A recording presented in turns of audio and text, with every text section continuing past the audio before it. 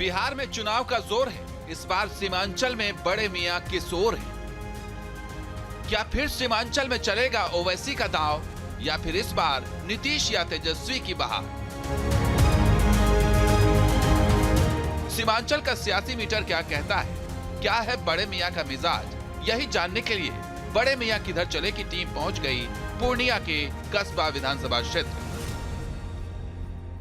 बड़े मियां किधर चले की टीम पहुंच चुकी है कस्बा। कस्बा दरअसल विधानसभा क्षेत्र है जो कि पूर्णिया के अंतर्गत आता है। ये दरअसल मुस्लिम बहुल इलाका है। करीब 1,23,000 से ज्यादा यहाँ मुस्लिम मतदाता हैं जो इस बार अपने मताधिकार का प्रयोग करेंगे। लेकिन इस बार मुस्लिम समुदाय के लोग क्या सोच रहे हैं? क्या अहम मुद्दे बिजली, पानी, सड़क जैसे मुद्दे होंगे या फिर तमाम राष्ट्रीय मुद्दे जो चल रहे हैं जिसमें वक्फ बोर्ड को लेकर के, वक्फ बिल को लेकर के कहीं ना कहीं तमाम तरह की बयानबाजी हुई है, उसको लेकर के वो वोट करेंगे। आइए चलते हैं, सीधे उन्हीं लोगों से पूछते हैं और शुरू करते हैं बड़े मियां किधर चले कस्बा से।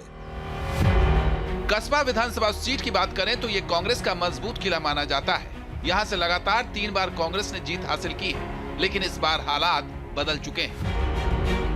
कांग्रेस ने यहाँ से सिटिंग एमएलए आफाक आलम का टिकट काटकर इरफान आलम पर दांव लगाया है, तो वहीं आफाक आलम निर्दलीय प्रत्याशी के रूप में कांग्रेस को चुनौती दे रहे हैं। एनडीए के कोटे से यहाँ से एलजेपी रामविलास की पार्टी से नीतीश कुमार सिंह को टिकट मिला है, तो वहीं एआईएमआईएम से शाहनवाज आलम किस्मत आजमा रहे हैं। अब हम कस्बा विधानसभा क्षेत्र के कजरा इलाके में आ चुके हैं और यहाँ पर लगातार जो कैंडिडेट हैं वो कैंपेनिंग कर रहे हैं, लेकिन इस बार मुकाबला चौतरफा हो चुका है। वजह क्या है? आफाक आलम जो कि कांग्रेस से लगातार जीतते हुए आए, वो एक तरह से बागी तेवर अपना चुके हैं और बाकायदा उन्होंने निर्दलीय पर्चा भर दिया है। ऐसे में इरफान आलम की मुश्किलें क्या बढ़ गई हैं? यहाँ महागठबंधन का ही ज्यादा बच्चा। ओवैसी तो आप मुसलमानों की बात करते हैं, वो कहते हैं कि मुस्लिम समुदाय को आगे क्यों नहीं बढ़ाया जा रहा, वो आपके हक की बात। वोट को बर्बाद करके क्या होगा? वोट, उसमें वोट नहीं है उसका। यही हम लोगों का उम्मीद है कि महागठबंधन का ही सरकार बनेगा। कस्बा विधानसभा सीट में ओवैसी का असर नजर नहीं आ रहा, तो वहीं इस बार मुसलमानों का एक बड़ा तबका तेजस्वी के नाम पर मन बना चुका है। अल्लाह का बेटा जब बन सकता है तो मोहम्मद का बेटा क्यों नहीं बनेगा? इसका भी ओवैसी कह रहे हैं। इनका भी बेटा बनेगा जो है, यानी इसका महागठबंधन का भी बेटा मुस्लिम में जो है वो बनेगा उप मुख्यमंत्री। आपको उम्मीद है? बिल्कुल उम्मीद है। धोखा तो नहीं देंगे? जी नहीं, बिल्कुल धोखा नहीं, पूरा दिल जान से जो है देंगे। और दे दिया धोखा तब? जी नहीं देंगे, नहीं देगा। देगा तो अगले टर्म में देखा जाएगा, उसको पलट देंगे। अच्छा जी अगली बार अगर धोखा किया तो अगले बार पलट देंगे उसको। धोखा दिया तो पलट देंगे। पार्टी विशेष में वोट देंगे हम लोग। अच्छा। हाँ, हम लोग इधर उधर नहीं जाएंगे और इरफान मेरा करीबी नेता है, लड़का भी ठीक है। कस्बा विधानसभा सीट पर मुस्लिम वोटर की बात करें तो 2020 में कस्बा में 2,83,417 पंजीकृत मतदाता थे, जो 2024 में बढ़कर 2,93,314 हो गई। तो वहीं यहाँ मुस्लिम मतदाताओं की संख्या 1,13,933 है, यानी 40.20%। इसलिए माना जाता है कि मुसलमानों का वोटर इस सीट पर किसी भी उम्मीदवार की जीत हार के लिए निर्णायक है। अच्छा, नीतीश कुमार अच्छा लगते हैं आपको कि तेजस्वी? पहले 5 साल अच्छा चला यहाँ, शुरू धीरे धीरे घसकते गया। तो क्या गलती होगी? अभी तो चला गया है बीजेपी में, जो पढ़ाता है वही पढ़ता है। अच्छा। अब कुछ बोलने जाता है तो फिसल जाता है, देखते हैं हम लोग मोबाइल। वो तो गठबंधन है ना। अब गठबंधन तो भाई कांग्रेस से भी किए हैं, जाएगा कुछ तो फिसल जाता है। तेजस्वी तो गठबंधन किए हैं ना कांग्रेस से। व्यक्तिगत सर नीतीश कुमार बहुत नेता अच्छा है, विकास किया है और अभी भी लोगों का बीच में उसका ध्यान रहता है, लेकिन हमारे यहाँ कैंडिडेट नहीं है। नीतीश को लेकर जहां मुसलमानों के एक तबके में नाराजगी देखी जा रही है, तो वहीं इस बार यहां के लोग ओवैसी को चुनौती नहीं मार रहे हैं। बड़े मियां किधर चले की टीम अब आ चुकी है कस्बा टोके टोले में और जहां पर हम लोगों से बातचीत करेंगे, समझने की कोशिश की आखिर कस्बा क्या सोच रहा है, किस तरह का डेवलपमेंट हुआ, क्या इस क्षेत्र का डेवलपमेंट हुआ, क्या विकास हुआ, या फिर इस बार के इलेक्शन में आप क्या सोच रहे हैं? इरफान भाई जो यहाँ जनता के बीच में काम किए हैं, सुख दुख, कोई डेड बॉडी होता है, मनिहारी फोन होता है तो मनिहारी, कभी वहाँ मतलब हमेशा काम में इंगेज रहते हैं। बन सकता है, लेकिन बात यह है कि ओवैसी साहब जो बोलता है वो मुसलमान करता है और बीजेपी और आरएसएस हिंदू हिंदू करता है, इसीलिए जो मुसलमान अच्छा एक्टिव है वो जो है उस बात से वोट नहीं करेगा। 10-10 हजार रुपए बांट दिए महिलाओं को, 10-10 हजार में रोजगार चल जाएगा। जी बिल्कुल रहेगा उसका प्रभाव, उसका बिल्कुल रहेगा और हमेशा रहेगा। अब अच्छा, हम लोग का दिल में बसा हुआ है। अच्छा दिल में बसा हुआ है तेजस्वी। जी बिल्कुल। नीतीश कुमार जी से यही निवेदन है कि सभी जीविका दीदी को 21,000 रुपये न्यूनतम वेजेज पे परमानेंट बहाली क्यों नहीं कर सकता है? अच्छा, 21,000 रुपए पे परमानेंट करे।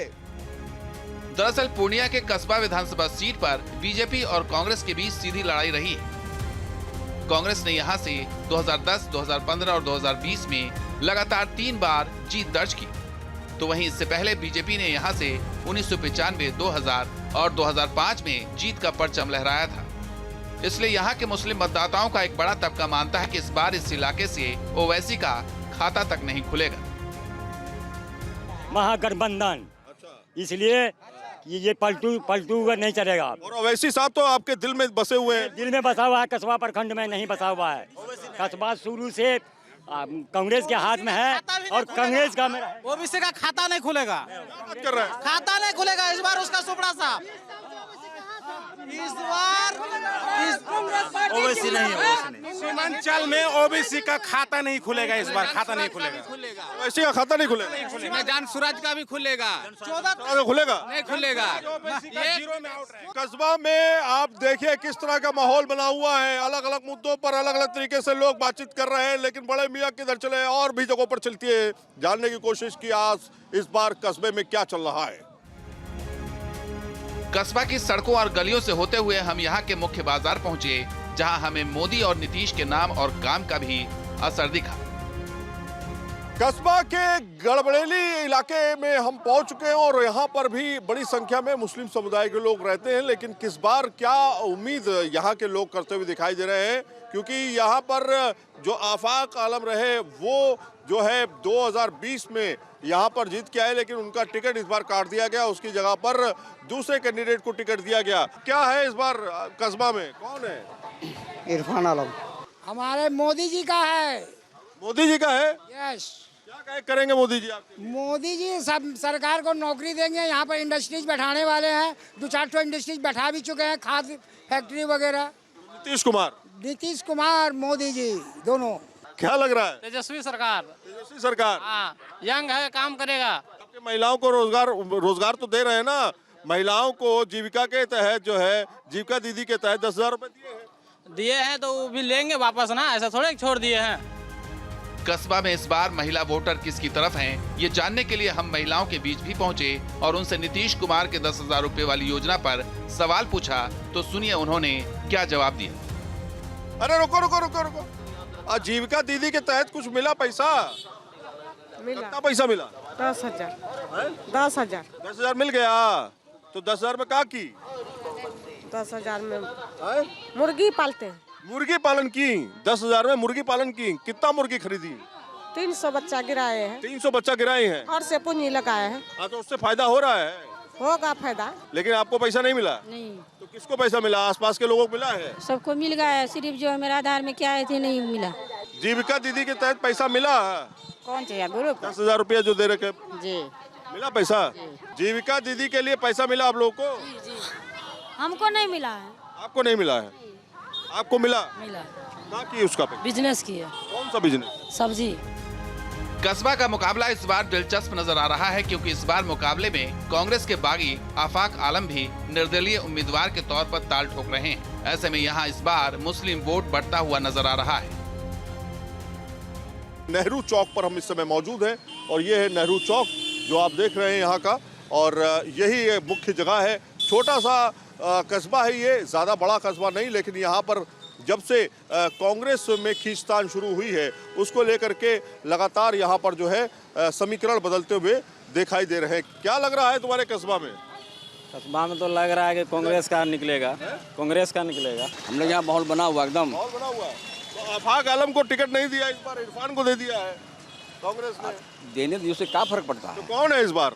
ये बात जो पुरनका है वही रहेगा। जो पुरनका है वही रहेगा। जो पुरनका है वही रहेगा। अच्छा, आफाक आलम। जाहिर है 3 बार से विधायक रहे आफाक आलम कांग्रेस उम्मीदवार इरफान आलम को कड़ी टक्कर दे रहे हैं और जिस तरीके से रुझान आ रहे हैं इससे यही लग रहा है कि मुसलमानों का वोट बंटने से इस बार कांग्रेस का खेल बिगड़ सकता है। क्या हाल है, क्या समाचार है? समाचार आप बताइए, कस्बा का समाचार बताइए। कस्बा का समाचार पूछिएगा? अरे कस्बा का समाचार तो एकदम उत्तम है। आफाक आलम थे पहले। अब हाँ अभी कौन प्रेजेंट है, अभी विधायक है, विधायक है अभी। हाँ, लेकिन कौन है इस बार? उसी का चांस सर। वो तो निर्दलीय खड़े होगा है तो क्या हुआ, ईमानदार है ना। बता रहे भैया, एक मिनट आओ यार, क्या नाम है? अरे थोड़ा सा बताओ ना, क्या लग रहा है? माहौल तो ठीक है मगर सब टक्कर में है। आफाक आलम का तो चांस है, ये है लग रहा है। आफाक आलम का? वो तो निर्दलीय खड़े हुए हैं, कांग्रेस से बगावत कर दी एक तरह से। वो तो पता नहीं मगर लग रहा है, पता नहीं माहौल तो उसी का लग रहा है।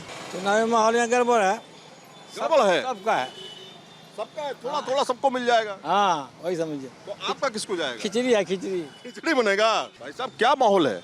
माहौल है हाथ छाप का है? हाथ छाप ये वाला जी, ये वाला कमल वाला? न कमल वाला नहीं, हाथ छाप कि तीर वाला? हाथ छाप। तीर तो है तीर वाला तो ही नहीं, बीजेपी है ना, हेलीकॉप्टर से उड़ाएगा वो बस हवा मुड़ गया। लेकिन कांग्रेस उम्मीदवार इरफान आलम पार्टी के बागी आफाक आलम को चुनौती नहीं मान रहे हैं। वो कस्बा की चुनावी जंग को घरेलू बनाम बाहरी बनाने की कोशिश कर रहे हैं।